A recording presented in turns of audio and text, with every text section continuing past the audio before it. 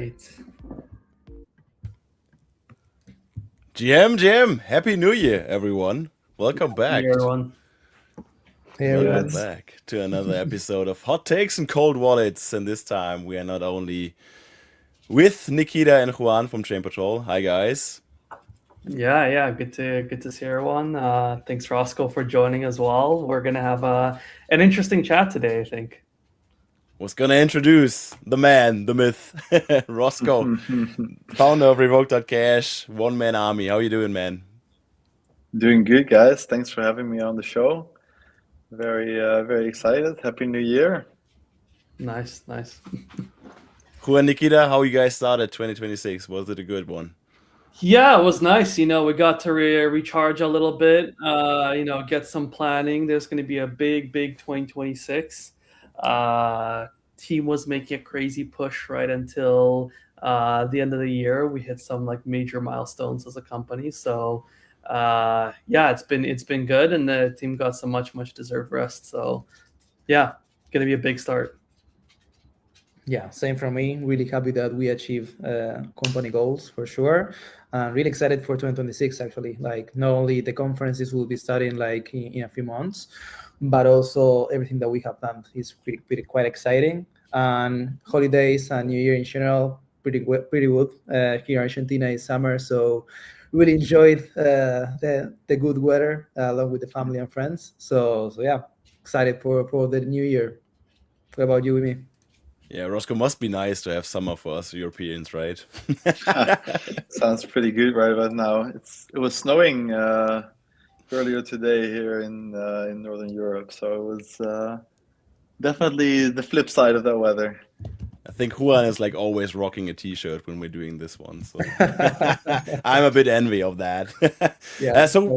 Before we look into 2026, I want to briefly wrap up 2025 because we have been the security space has been hit with the Trust Wallet browser extension hack just on Christmas, basically like Northern Europe Christmas at least, the 25th of December. Nikita, I think you guys probably monitored this pretty closely.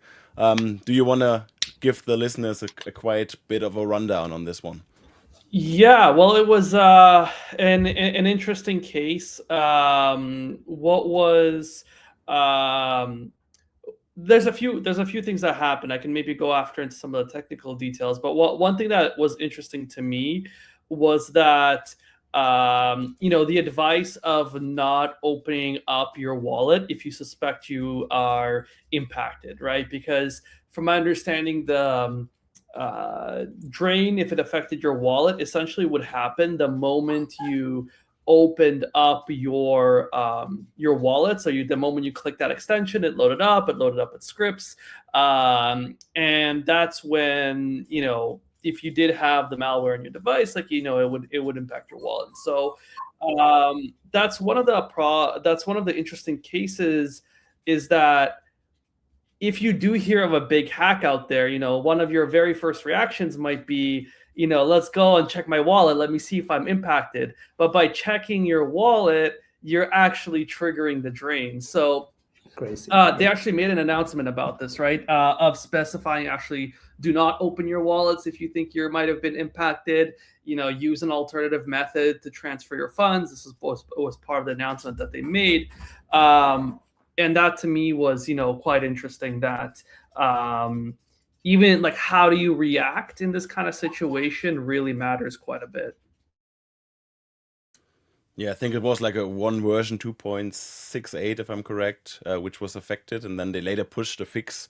And I think they got, I'm not a dev, so spare me on that detail, but I think they got their GitHub keys compromised or whatever, so they could just basically, the attackers could push an extension update via their GitHub, and therefore they got their users who updated in a certain time frame, I think from December 24th probably to I don't know how many hours later, updated the extension in that certain time frame, and then used it in that certain time frame, and just used the password to get the extension running.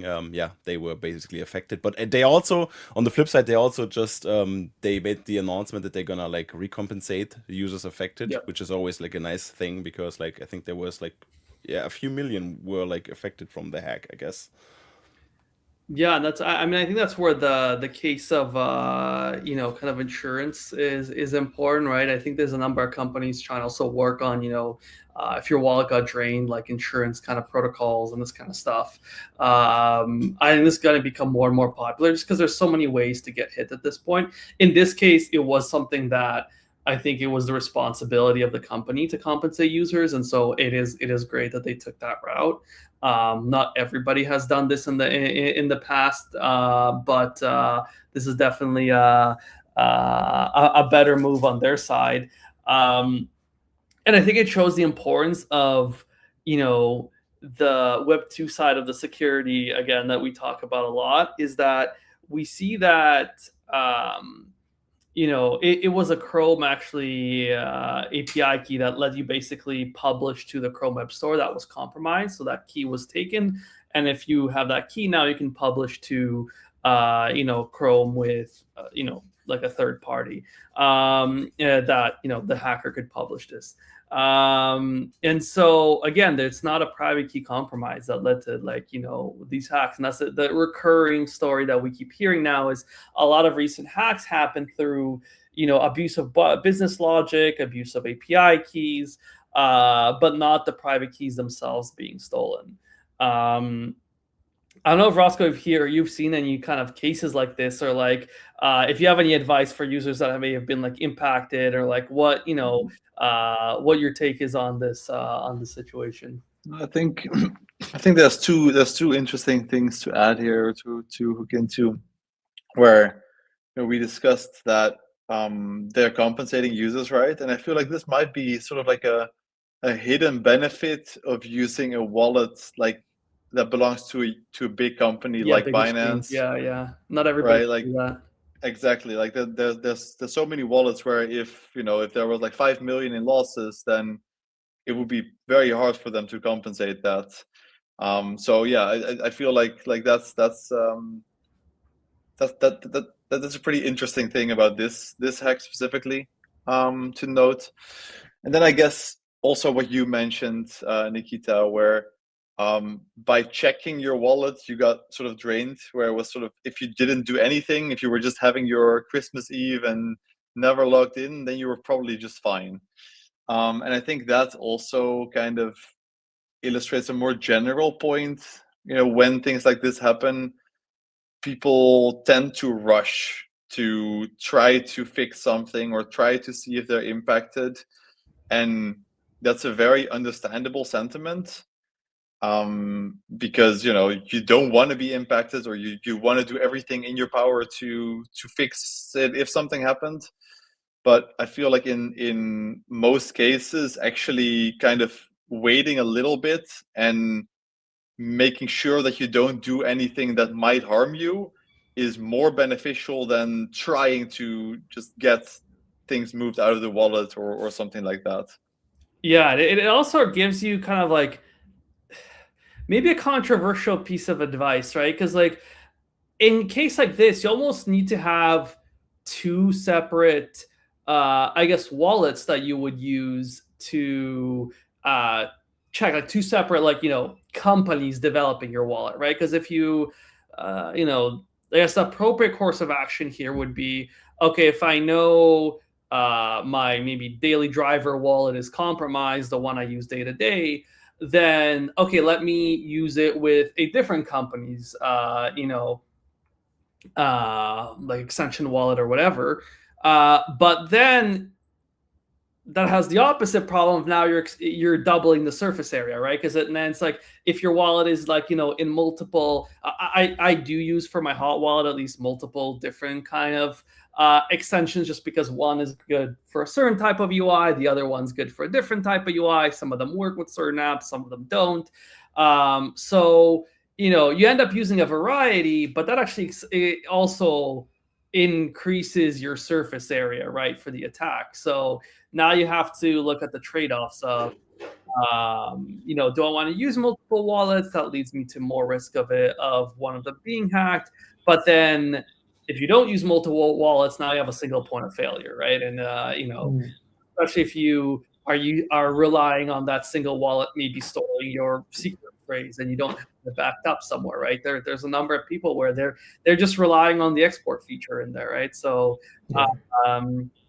definitely need to think of what the right advisory there is. But I'm leaning towards like have multiple different wallet providers. Yeah, something that I take on this that based on what you, Nikita, and Roscoe just said about like the sentiment of instantly checking your wallet if you were affected, is that in the past it's actually it was like different type of hacks, but I just remember like the recent Bybit hack that we had last year. A lot of people, like the instant reaction is to withdraw your money from Bybit and send it like somewhere else. Same thing with FTX collapse a couple years ago. Same thing, for example, with the Luna drop down, with people selling like USD, sending USD from Antro protocol to other places in order to save themselves. Like in that cases, like actually acting fast or act as fast as possible save a lot of people. But in cases like this, actually, if you try to act fast, let's say you see the notification from Mossack XBT mentioning this hack, and you instantly go and check your wallet, you will have been affected in case of you're not. So I don't know.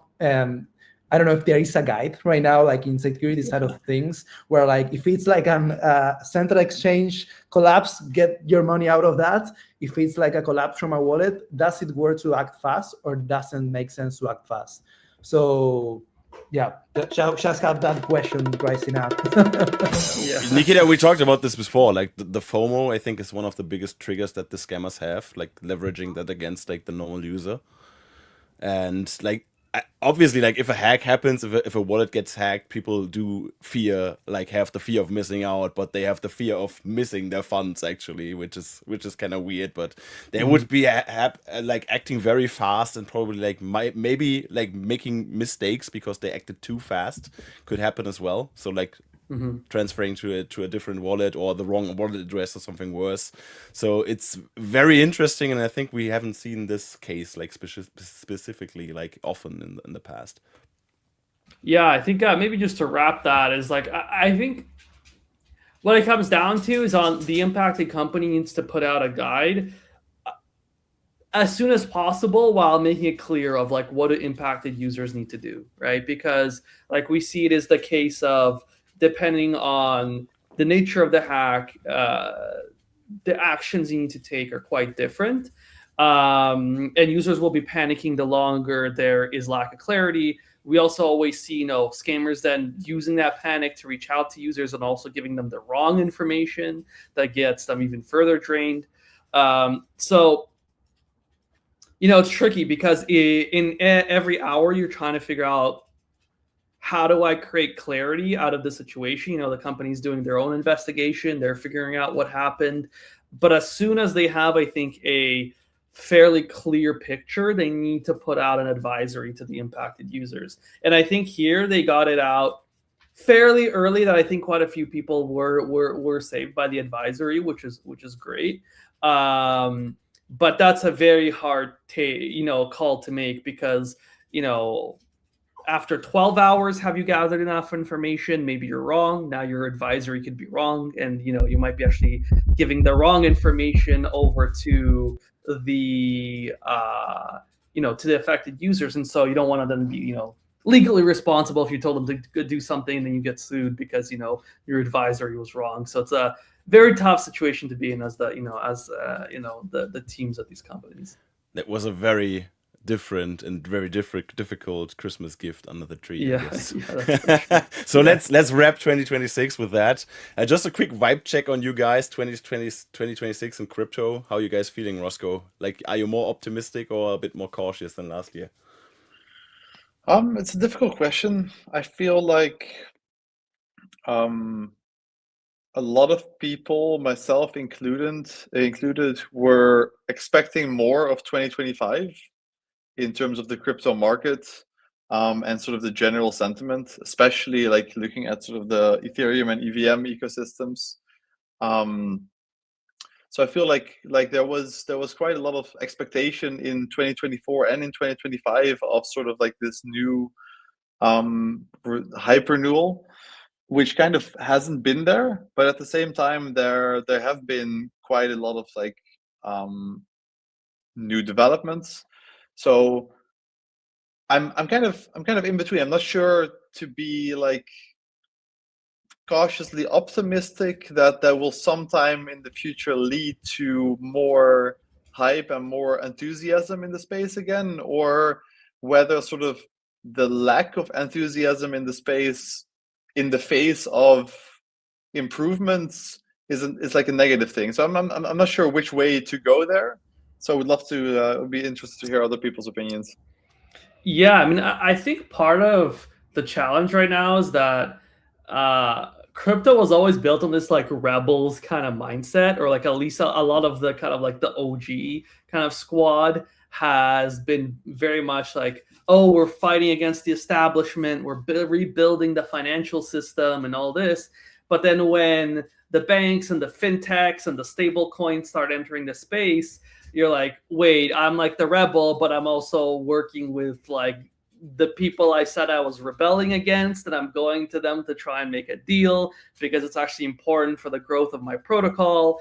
And I think this has created a lot of confusion in what is the identity of crypto right now. And I think in some ways it's a good thing, because I think crypto has grown so big, there isn't one central identity anymore. I think people need to start, I think we need to stop looking at crypto as this one big, like just like one only identity, like one group of people, but realize that we've actually built an environment with where there's many players with completely different goals and different like ethics and philosophies and worldviews, and we're all but we're still all building on crypto, right? And then there's the people that want to focus on, let's go out real world adoption as quickly as possible, as early as possible, because we need to get crypto into the hands of real users, and not into the hands of more users. And that means, oh, let's make an app, let's make it have very little mention of crypto. You don't even know what's going on. You don't even know what your private key is. There is a private key in the background. Some of the fundamentals are still there, but outside of that, this just looks like a neobank or something, and then you have the opposite case of people still building out privacy right now. There's a big resurgence in like Zcash and a bunch of a bunch of people working on more cypherpunk kind of values, and I think that's what people are a little bitter about it. I feel like they're feeling like the rebel mindset is getting kind of right now out-shouted by the people like pouring money into stable coins and pouring money into like this intersection of like crypto and fintech. I think fundamentally there needs to be people still working on those core primitives. There still needs to be people working on censorship resistance. There still needs to be people working on privacy protocols. I think privacy is one of the next big kind of narratives that people I think can really rally around. But I think we're beyond the stage of crypto having only one narrative as like a whole industry, and that's good. It means our industry is so big now that there's room for like multiple camps, and so yeah, I'm optimistic. I think it's a good thing. I just think the crypto overall is not one industry anymore. I think it's many industries all working on these new rails that have been created by the people that have been here for a while. Juan, we're missing your take. Anything to add?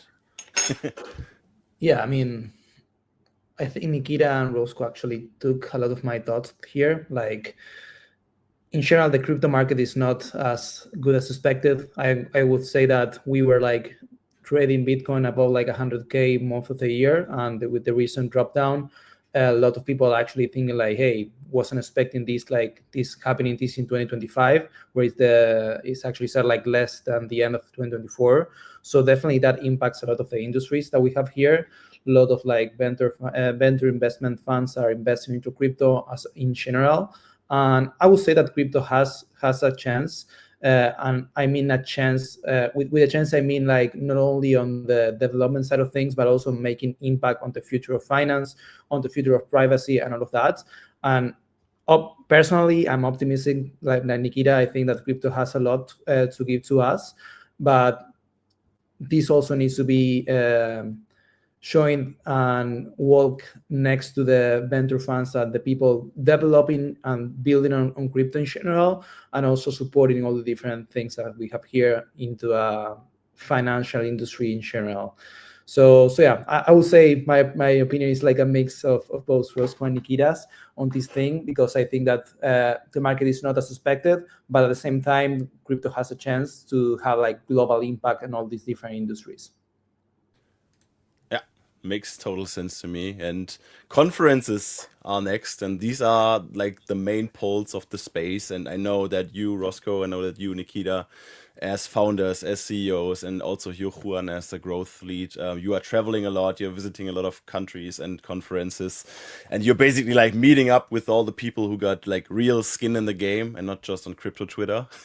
So what are some conferences you guys are looking forward to in 2026? Maybe let's start with Juan first. Yeah, the first big conference, of course, is ETHDenver that we are going to have. A lot of Chain Patrol presence in there. Also, I last year, Nikita and I went to ETC in June. It was pretty hot. I would say that in March should be like a different weather. A lot of people actually, I think, are looking forward to that. And at the same time, of course, all the different conferences in Asia. Token 2049 in Dubai happening in April. Really looking forward to that. And I would say difference from last year, we have a consensus happening in Miami. So really will be like a really interesting conference as well to attend. But yeah, excited to have like that starting. ETHDenver, it starts in February, so I would say it's like 1 month, 15 days from now, something like that. So yeah, excited for that. Roscoe, what about you? I know you're traveling. Yeah.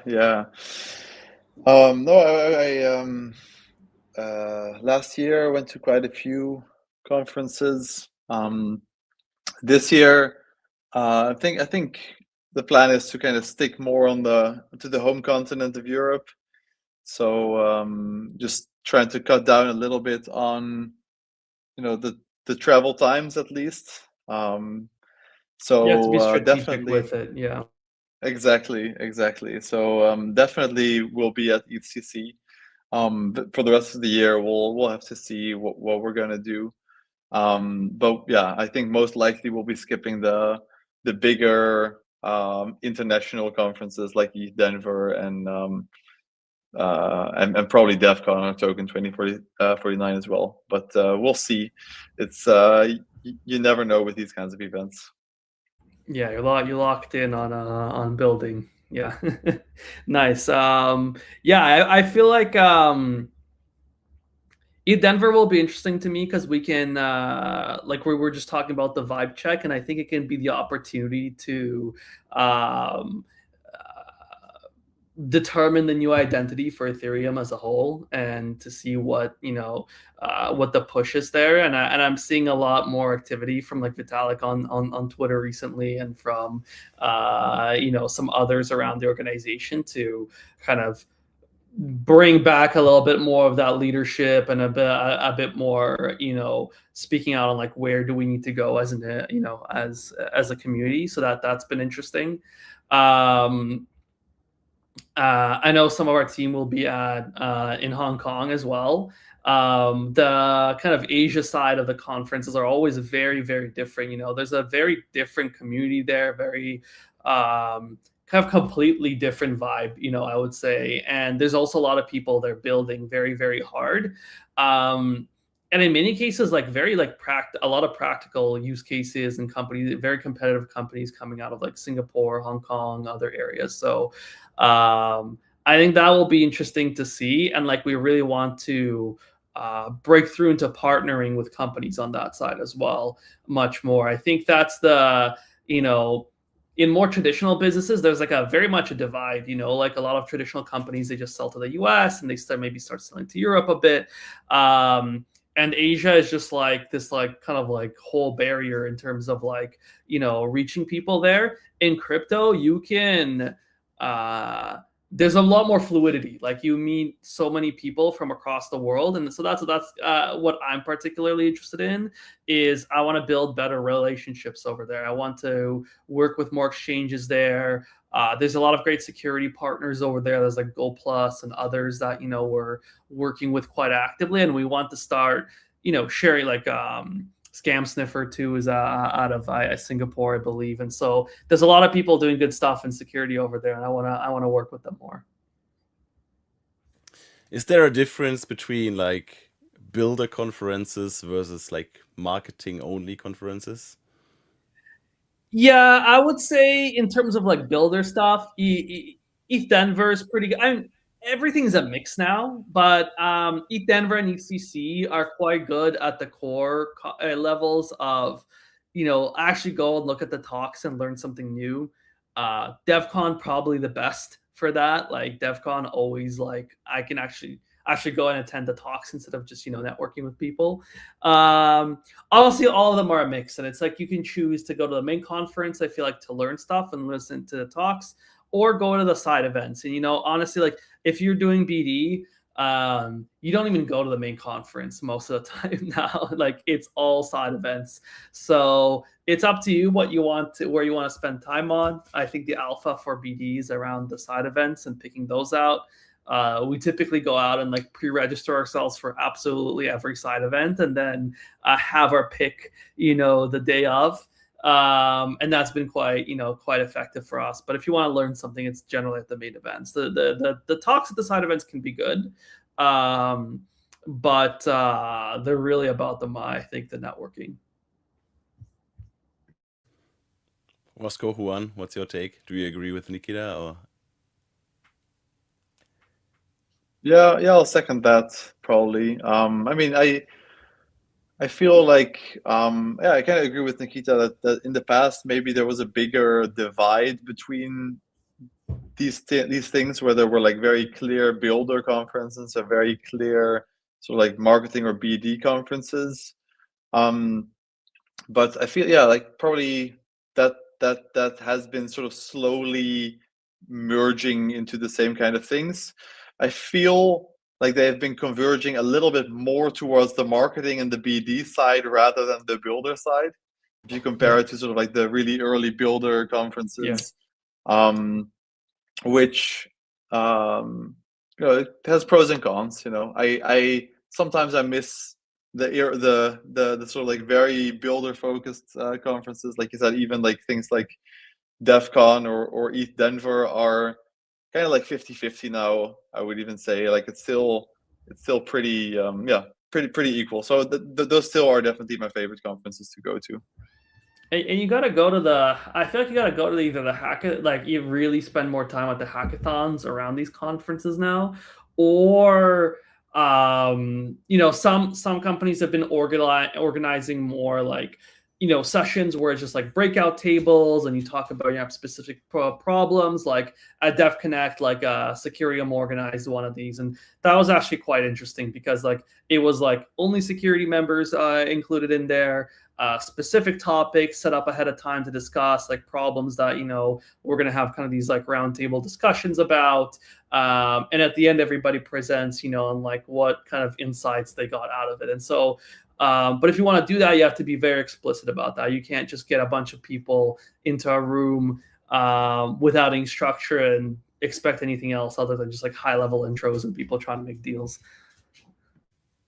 Okay, to be able to attend conferences, you also need to travel, and I want to hear from you guys some horror stories, some conference fails, because you had some miles last year. I know you guys did, and Roscoe, I know you probably have like the best story around us here, and you have been going pretty viral with your post about like traveling.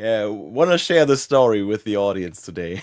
yeah. You can say that again.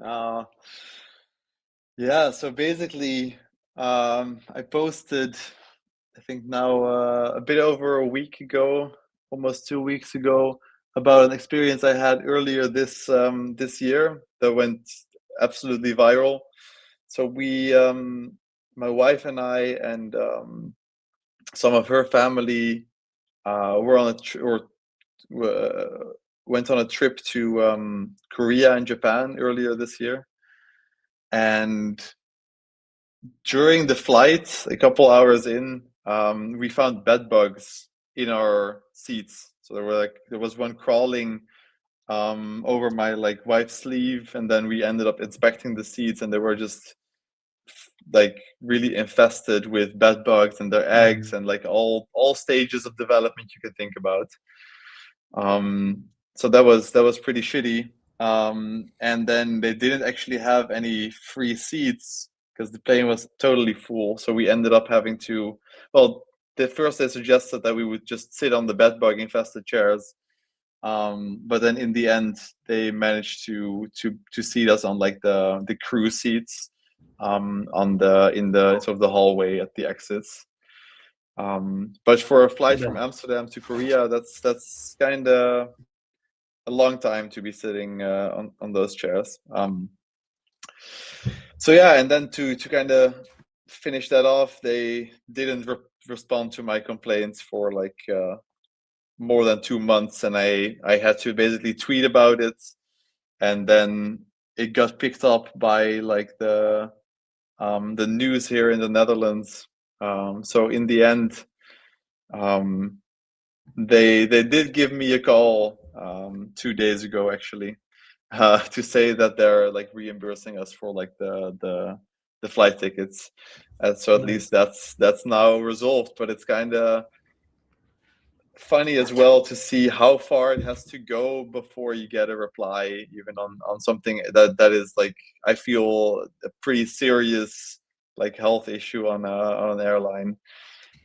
So that was definitely probably one of the most like horror kind of things that you can get on your trip is bed bugs. And I mean, fortunately, it doesn't look like we ended up carrying any of them home.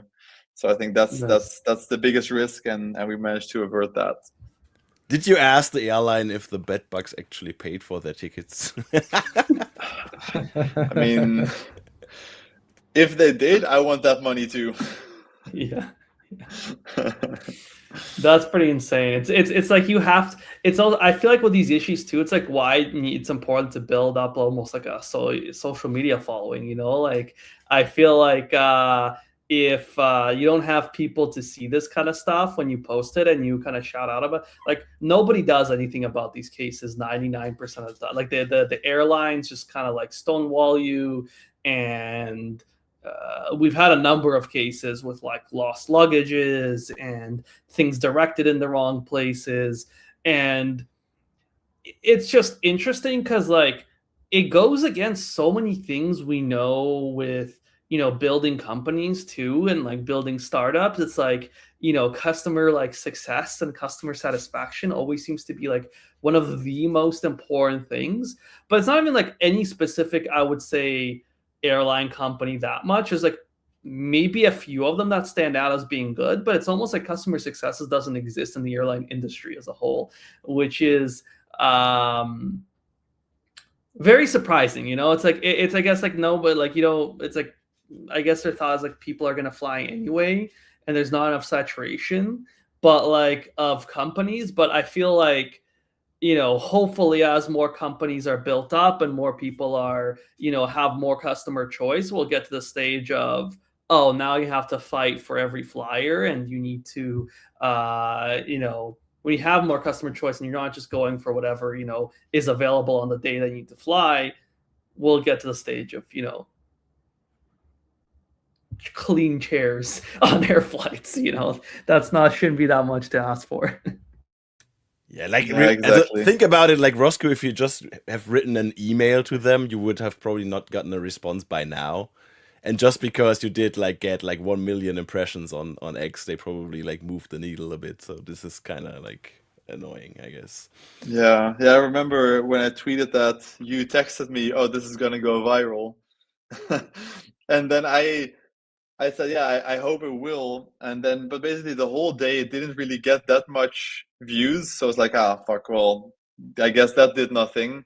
Then I went to bed and it had like maybe like 50 likes, and I woke up and it had like 6,000 or something. So that was kind of also kind of funny how social media kind of works like that. That even if it doesn't take off immediately, there's apparently still a chance that it gets picked up a bit later. Then like maybe other people see it, big accounts repost it, things like that. So that was also a cool crash course in like social media virality.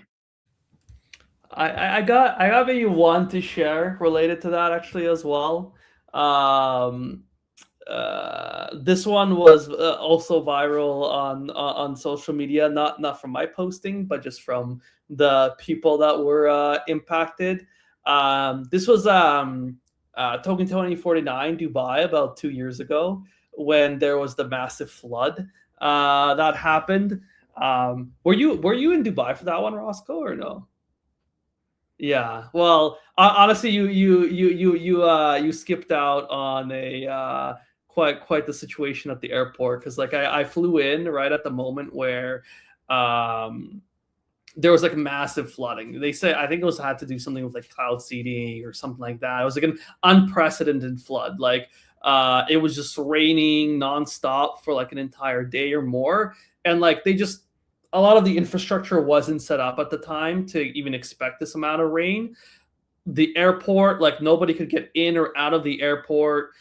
Some people were still being dropped off at the airport, but you couldn't get out. Like I was stuck there for maybe like 16, 17 hours. And literally the airport was just full of crypto people all stuck there because everybody was flying in. There was no more, like all the restaurants were running out of food. There was no more, you literally couldn't order food anywhere because they're like, we're actually like out. And we had a situation where, literally like cars couldn't get into the airport because like most cars there had their engines flooded because the roads were so like water was like above car level, like water was above car level. So I found another guy that was also working in crypto. We went to an ATM, we extracted a bunch of cash. There were still some people managing to arrive at the airport, so we caught one of them because there was no taxis, there was no cabs, there's nothing. We caught one of them and we really just handed them like, I think like $600 in cash that we had to give them. Like we got to split the cost afterwards, but like it was just to like get us out of there because otherwise I'd be spending another day there. And we were driving out and it was like an apocalyptic scene. It was like out of like a zombie movie or something. The roads were just there was just abandoned cars all over the roads on the way out because they were flooded. Some cars had people sitting on them. On the highway, there were some people just like walking along like the side railings to try and get out because most cars were just completely destroyed. The subway was flooded too. Like you couldn't take the subway for about 4 or 5 days afterwards. Couldn't order Ubers for a couple of days, or Careems weren't working either. Actually, what ended up working for me was actually just getting a bike share and using bikes and like scooters. I was literally using that to get around from event to event because there's literally no other method of transportation. So that was pretty insane. I don't know what the lesson learned from that is. Like you couldn't even really check the weather ahead of time. But honestly, what I could have done is went with the decision of just like paying somebody in cash to get me out of there. There wasn't any reason to stay like 16 hours there. I was hoping things would ease up and get better, but they really didn't. There was other people stuck like way longer at the airport afterwards too. Nikita, maybe you should like invent a street trainer next, not a wallet trainer, but a street trainer. Yeah. We need one of those for sure. Juan, do you have anything to add to these? I think you cannot top them, but maybe you have something to add to these two guys. I mean, really different story. When I was younger, like on my early 20s, I liked to backpacking a lot. And I had like the great decision to go to Bolivia in South America. And I was like so conscious that I was in a very dangerous trip. I really like to walk to places. Like I enjoy, like the moment where you're walking, I think you are thinking a lot. and you can organize not only like when you work at a company, you organize a lot of things or things that you want to do, but when you're on yourself, you can think about yourself, what different things you want to do. And yeah, just to put it short, I went to a river. It started raining a lot, and when I went back, I was all by myself, and I found like a bunch of dogs that were like barking at me. Was one of the most dangerous situations. I was like 5-6 dogs barking at me all at once, raining really hard, and I just needed to work like really slow. I couldn't run, because if I ran, I know that it was game over. I was completely by myself in a really far away road. So that I was basically called the end of that trip when that situation happened, and I took a flight back to my home at that time. Really different stuff, not crypto related, but also I would say it's a horror story on traveling. Yeah, dealing with stray dogs is always, something that's a bit scary, because you also, you need to get into like the mental state of the dog, to like understand, what it needs. Speaking of dogs, Speaking of dogs, my dog. there's one. It is. You're not doxed. You're not doxed. Yeah. Dogs. Oh, great. I swear there's probably some GeoGuessr person that by just to look at this dog and find where it lives. It's scary. Yeah. Speaking of real life issues, man, I have a question prepared for especially Nikita and Roscoe. And I was curious about you guys. Why did you found like a crypto company? You guys probably could have both played like the safe card to do something else. I know, Nikita, you were at Coinbase before. You could probably do something else with your career path. Why did you choose crypto? Did you like find a need for a certain product or your product, or what made you like do the jump and take the leap and go straight into the wild world of crypto? Roscoe, maybe you first. Oh yeah. Sure. Yeah. Yeah, I kind of got into crypto while I was still studying. So I was in university, and I kind of got introduced to crypto back in 2017, 2018. And then when it was time to sort of start getting a job in the real world, I was kind of already really interested in crypto, and I was really doing a lot of that personally. So I figured, why not get a developer job in crypto instead of somewhere else? And at that time, I don't think that felt like a riskier career move to start working as like an employee in crypto, that rather than like in a different industry, because it was going to be like a first job anyway, or the first couple of jobs, and it didn't feel like it mattered that much, like where I would do that, just that I would do it. And then during my my work at other companies, I started freelancing a bit, and then at some point, I kind of so I started Revoke as like a side project. So I was still doing my normal job, and then on the side, I figured I need to build this product because I wanted to use it myself. Essentially, back then, like in 2019, I was like, oh, I'm giving these token approvals to websites that I trust, like Uniswap and whatever was around back then.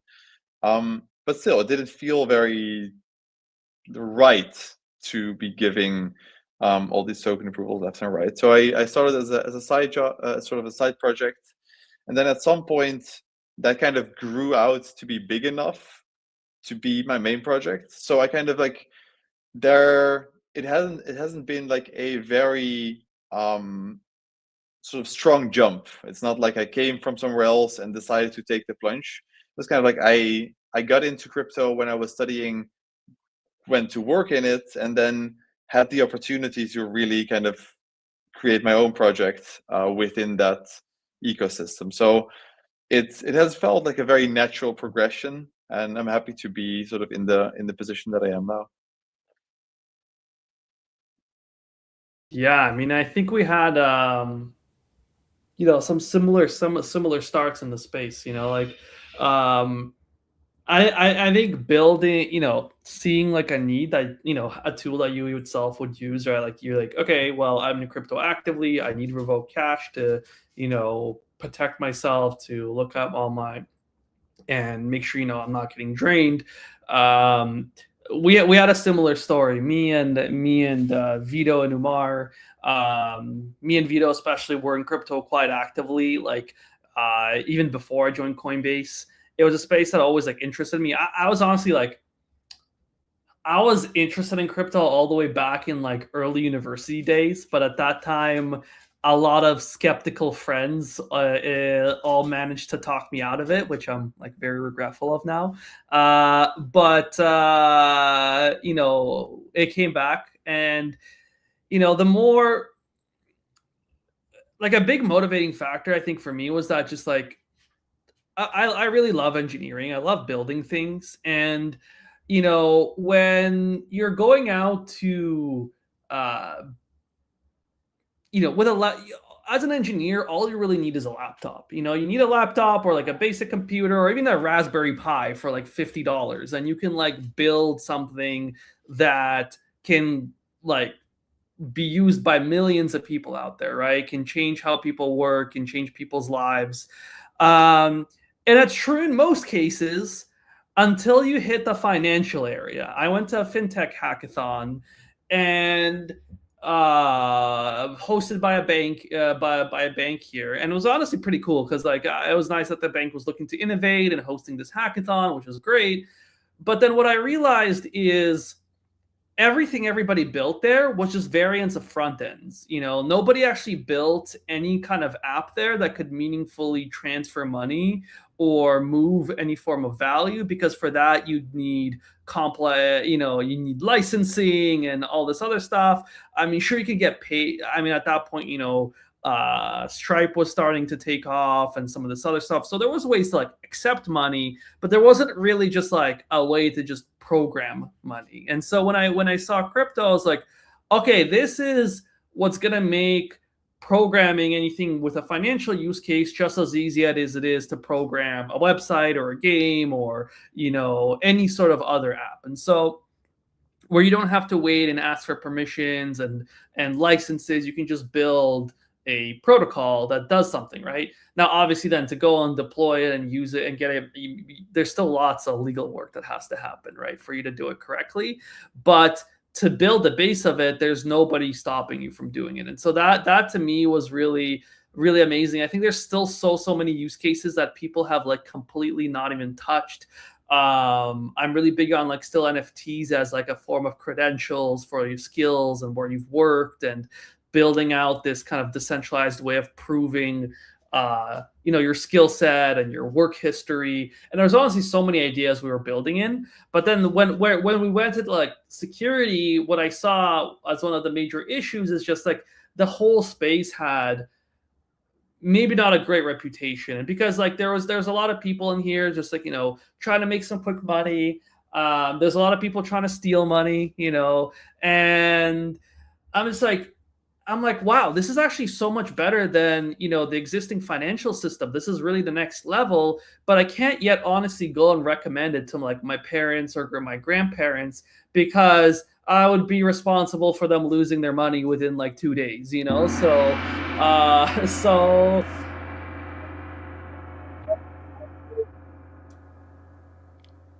wanted to grow the whole space, in a direction that, like do my bit. I'm not making it easier for them. I'm not making some like, app they can put on their phone and easily use crypto. But I figured, what, there's a lot of people trying to work on that area. They're trying to make it more usable, but there was really not enough people, I think, focused on protecting the day-to-day user and making sure their funds aren't stolen.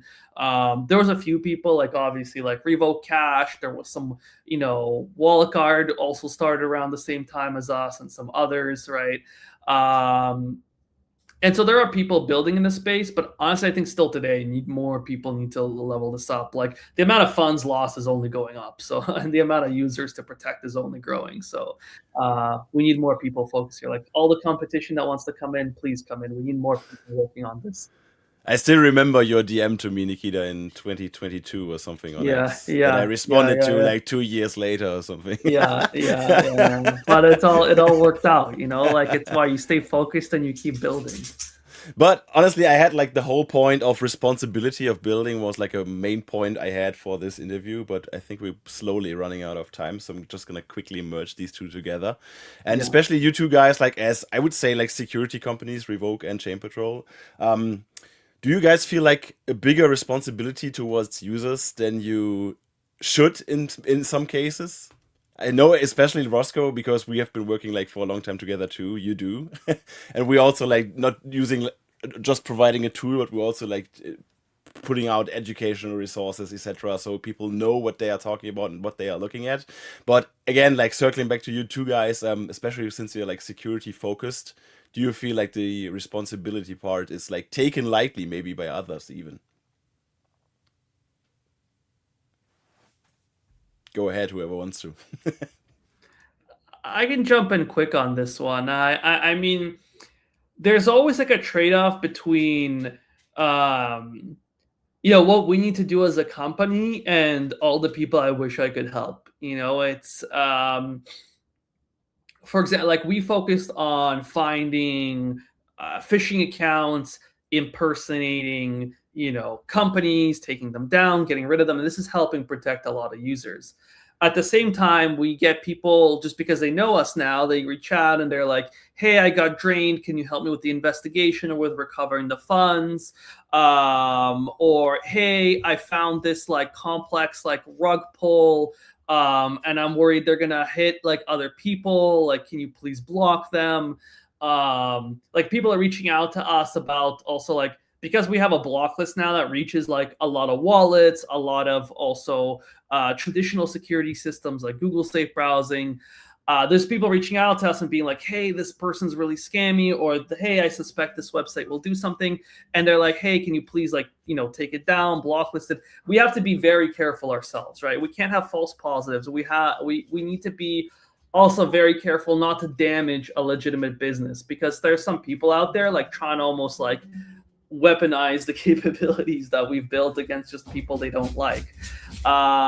We even sometimes having people reaching out to us and saying like, hey, there's like accounts on Twitter spreading FUD about our project. Can you take them down? And I'm like, no, we can't do that. We won't do that. And we legally can't do that. And ethically, I can't do that.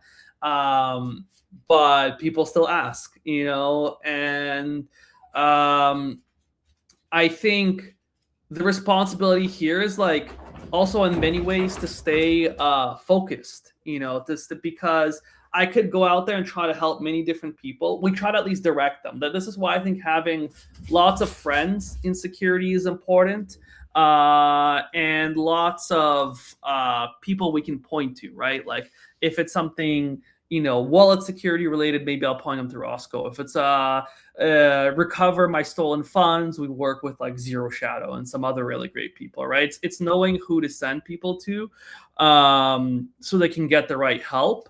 And being willing to share is I think really important, because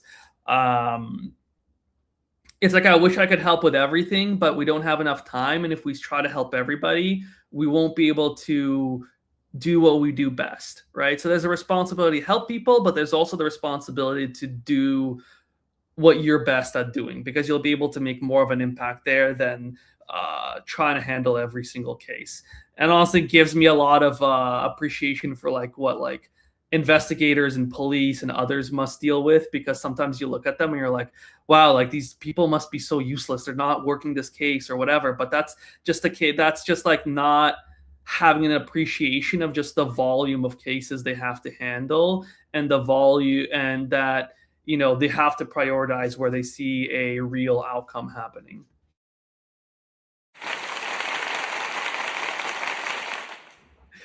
Maybe Pastor Roscoe, if you want to add anything else.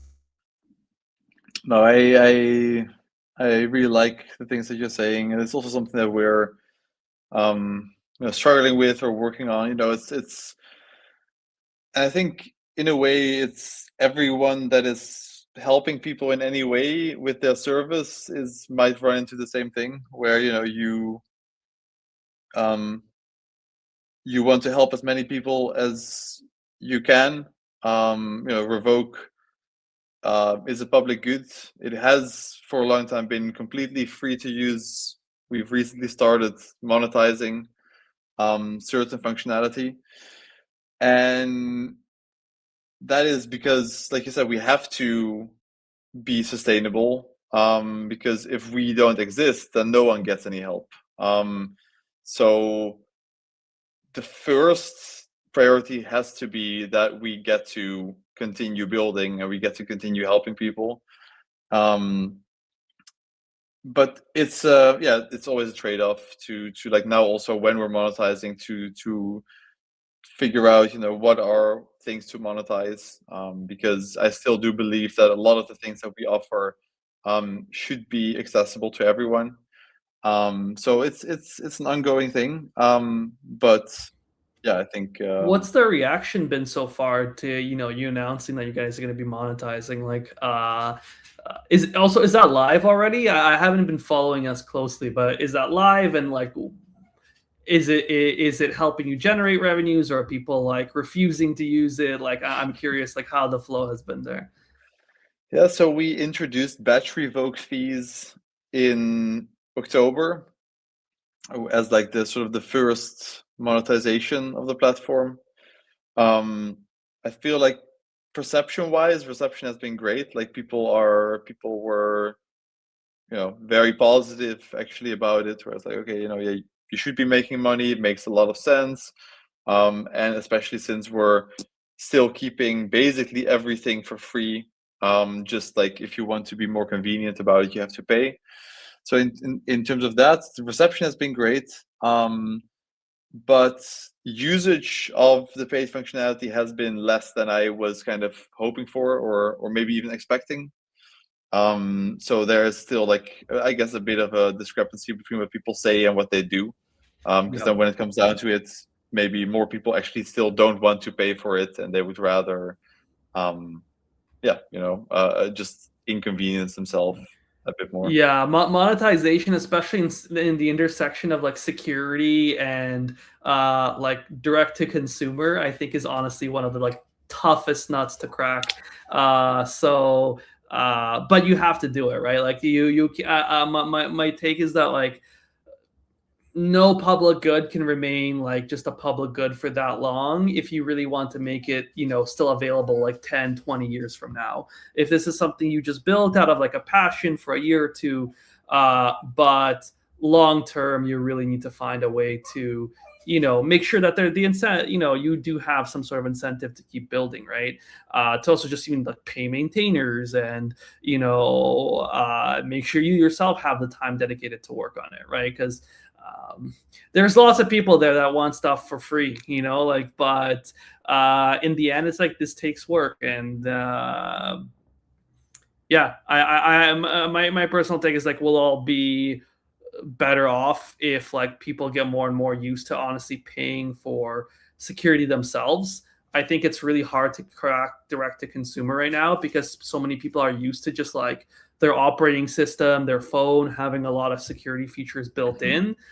But if you're going into this new Wild West area where it hasn't been mapped out yet by all the existing security vendors, like you need to protect yourself. Like spend $10 a month on a set of security tools, and don't lose your like 100K that you managed to win, to trade towards. So that's I think more people just need to get into the mindset of spending at least a small amount of their monthly subscriptions on security tools. Agreed. That's a good outlook for 2026, Nikita. I think this is the next topic that we got, and almost the last one. And the outlook of 2026, I asked like when we got into the episode, you guys were pretty like explanatory with the outlook you guys have for the space. But maybe we just keep it simple with this one, and each and every one of you ask yourself the question like, what are you most excited about for 2026 in crypto? Is there anything a narrative that you're excited about, that you're looking forward to in the year of 2026, feel free and go ahead. I think this is when crypto will really go fully mainstream, where we're going to be in the stage of, like half of the population is using crypto in some form or another. Like people are either investing into it, putting some money into it, or their bank is at least in the background putting their money into it. And I think a lot of some of the stigma around crypto being full of like scams will start to drop, hopefully, and more and more people that you just talk to, like your friends and your day-to-day life, are going to start picking up crypto more. And the thing that we have a responsibility to do is, like, as all these new people flood into crypto, that we're making sure they have a good first-time experience here, that they're not, walking into this new crypto street and the first thing that happens is somebody runs by and snatches their wallet, right? Like it's that they see, oh wow, like there's a lot of possibilities to build here. I have the right, there's a tour guide here with me that's explaining to me things as I go along. And so I think this part is going to be really, really important. So, I mean, I think there's going to be a ton of new people entering crypto in this year, and we need to make sure that we are paving the street for them. Yeah, the same thing. I also see a lot of big companies on the technology side of things, like more Visa, MasterCard, Amazon. All of them are doing like some kind of crypto developments. And what I am like, and I hope to see this year, is not only to see like one-timer things like what happened with Decentraland and all the different brands that only did like one marketing campaign with NFTs and they just left the space. But I see like more involvement on the long term, to see like a lot of, I don't know, Swift transfers being done with the blockchain, all different things that have been announced like last year being like developed in crypto, and all these different companies being involved here. And yeah, same thing as Nikita mentioned, I think we have the responsibility that we have been here for years to provide these tools, not only for users, but also different companies that want to develop in the space. And yeah, at least with Chain Patrol, we just came from these days of building campaign.